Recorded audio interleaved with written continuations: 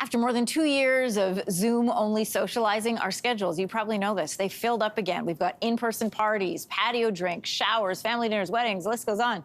But don't be surprised if you're starting to feel a little drained by it all. There's a name for it. It's called social fatigue, and psychotherapist Nephilia Sachedina is here to explain why this is happening. Welcome back to your morning. Thank you. You know, I am one of the people who feel this burned out feeling, partly because we're out of practice. We're a little rusty in socializing with people. We've got so many events that are coming up, things that were delayed that we're trying to catch up on.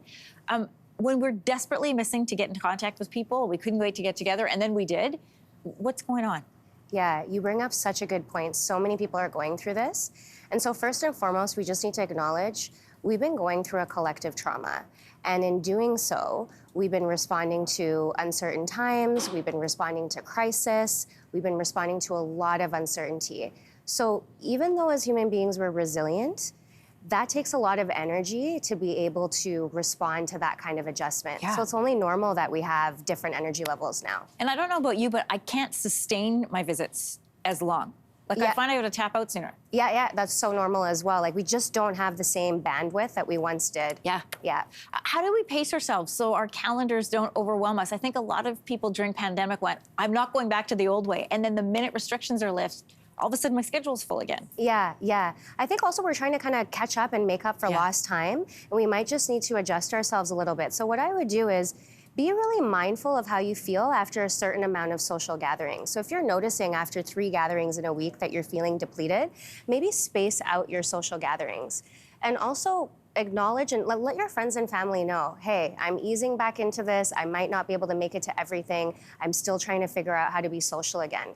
We're literally learning how to get back out there again and adjust to this new normal. That's really great language, easing back in. Ease yourself back into it because we can't go from 0 to 100 overnight. We're still adjusting. In the same way that we're adjusting to socialize, we also have to remind ourselves how to recharge. How do we bounce back when we feel we've depleted our energy? Right, that's such a great point. I think many of us who had the privilege in the pandemic to practice self-care, we might need to have to schedule that now as well. So as we're scheduling our social gatherings, good point. Schedule time for wellness, schedule that hike, schedule those restorative activities that you can do to recharge and get that energy back up again. How do we know if our feelings are just of depletion, like maybe being a little rusty in our social skills, or if it's actually like burnout or maybe even depression, something more serious? That's such a good point, and I think a lot of people don't really know the distinction. So symptoms to look out for that, well, we know that burnout is a chronic state of stress.